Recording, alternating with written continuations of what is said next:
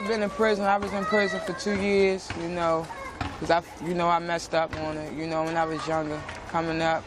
Ain't had no structure. I went out there on the streets and started doing a lot of dumb stuff. All right, like basically when they gave me my sentence, I went down there like, I was really emotional about it because I never been to a place like that before. So in my mind, I'm like, I did the crime, I do the time. I'm a woman before anything.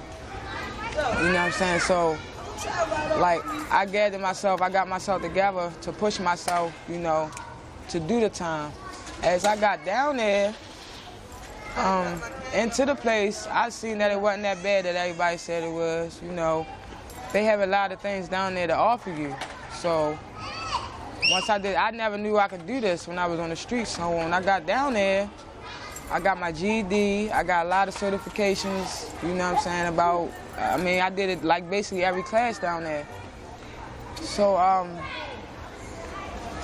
was down there,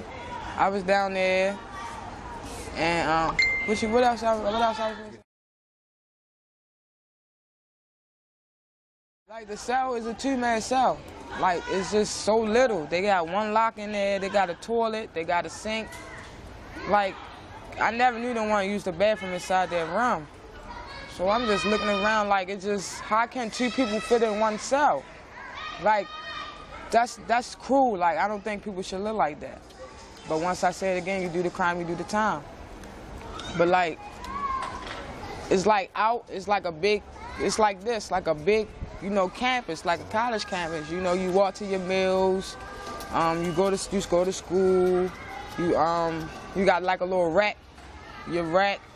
Like once you finish racking, you go lock in, like whatever, you know, you feel comfortable with doing down there. But like them rooms is just 2 rooms, a top and a bottom. You know, you got your locker, you got your TV, you got your PlayStation. But other than that, I don't think like that's inhuman, man. Shouldn't nobody live like that. Like it's different people there, different people from different countries, like African people, Nigerian people, El Salvadorians, Mexicans. It's like a lot of different people down there, a lot of different cultures. Like it's different down there. Oh man, everybody knew the guards was just like the police. They messed up, man. They messed up. You got some cool guards, you got some that's not cool. You got some that just want to be BS's. They want to be, you know, the B word when they come to work. And they bring that outside into the inside, and they should leave that outside where it belongs, because we don't get them attitude. Like some inmates do get them attitude, but I was a respectful inmate, so I never got into like no problems and stuff like that. So pretty much, yeah. Well, basically, like the women, it's not really no violence down there. Like the men, yeah, but the women is just a playground. Like nobody fight down there. Like, you know, females to run their mouth and fuss at each other, but basically there's nobody fighting down there.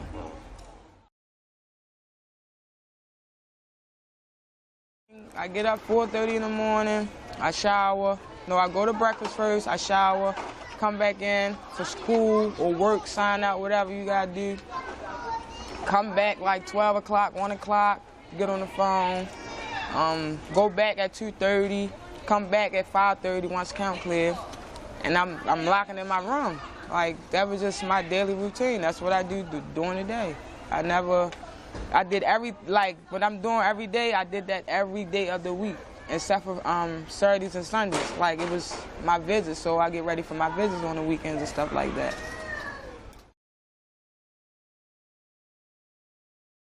It's like they go by your ID number. Like if your ID number begin with a 0 or 2, 4, 6, 8, you got visits on all days. I mean even days. But if your visits like 1, 3, 5, 7, 9, you got visits on all days. The visits evening odd. So I was on the evening, so I got visits. But they don't do visits on Mondays and Tuesdays. So I got visits like if my visits like land on a Friday or Saturday, I get my visits on a Friday or a Saturday. But like I never got a visit like on Sunday. My mom come to visit me. My grandmom, like different people in my family, you know, that I had on my visitor list coming down there to see me. Like the space in there is like you have two tables side by side. You got another two tables side by side, and it's only like I think like 12 people that people that come outside can visit in the visiting room. So it pretty like we get half an hour visit, so it's pretty much not that long. But basically, like the space in there is like it's like a confined like little space in there, so it's not that much space in there. Can you touch? When they first come in, you can, but once you sit down and all that, you can't do that. No.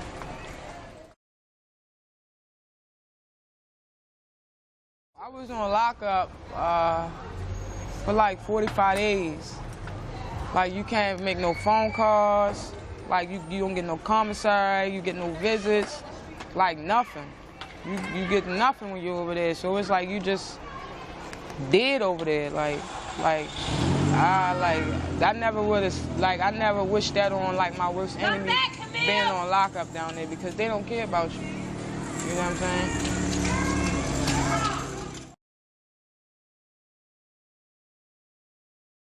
Yeah, I was on work release. I did work release within a year of my release, so I got to come out in the outside world because I was, working at the truck stop out Dundalk. I was working out there and I come out, like I was working probably like 4 days a week.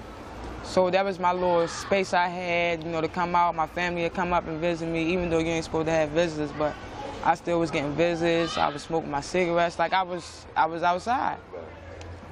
My pay was $9 an hour, well, $9.50 an hour because I was a cook.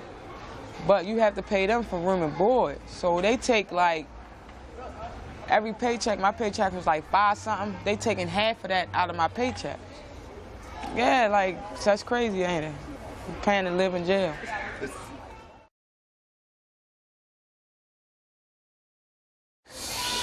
Prison makes, well, I don't know about other people, but I know it make me better, to be stronger. Some people don't learn from their experience. Some people had to do that experience about 10 times before they even get it in their mind. What else you asked me? It's easy to get in there, but it's hard to get out. When it was time for me to be released, I got up, I went over to traffic where you come in at, for them to release you at. I was sitting over there from 7 in the morning till 3 in the afternoon. Like, it's hard to get out. It's really hard to get out there, but it's easy to get in. First thing I did when I walked out them gates to smoke a cigarette. The first thing I did. What did you feel? Like, I felt my freedom. I felt good.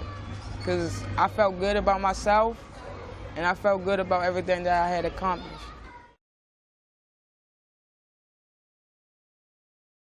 I ain't gonna lie, like, some people need to be in jail because of the stupidity that they do. Like, some people really need to be in jail. Some people have chances, like, say, like, if you my judge and I come to you for the first time, you let me go. I come to you for the second time, you let me go. I come to you for the third time, you let me go. The fourth time, you gonna smash me. Because of, you tired of seeing my face, and you like, oh, you ain't learning, so I'm gonna send you away. That's it, and that's all.